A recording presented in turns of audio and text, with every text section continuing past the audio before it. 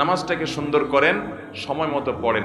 অনেক রাকাত নামাজ পড়বেন, নফল নামাজ পড়বেন, এটার চাইতে উত্তম হলো ফরজটা পড়লেন, মূল সুন্নতগুলাই পড়লেন, কিন্তু ধীরস্থিরতার সাথে পড়লেন।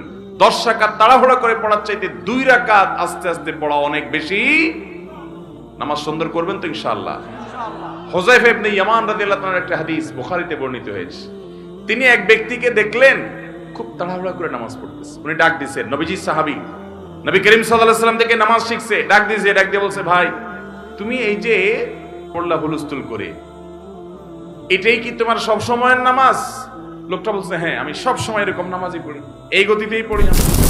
তখন তিনি বলছেন, শুনে রাখো, নবী করিম সাল্লাল্লাহু আলাইহি সাল্লাম থেকে নামাজ শিখা নবীজির হাতে গড়া সাহাবী বলছেন, শুনে রাখো, এই নামাজ নিয়ে যদি তুমি কবরে যাও, মুহাম্মদ সাল্লাল্লাহু আলাইহি সাল্লাম যে দ্বীন দিয়ে পাঠিয়েছেন, মুহাম্মদ সাল্লাল্লাহু আলাইহি সাল্লামকে আল্লাহ যে দ্বীন এবং শরীয়ত দিয়ে পাঠিয়েছেন, তোমার মৃত্যু তার শরীয়তের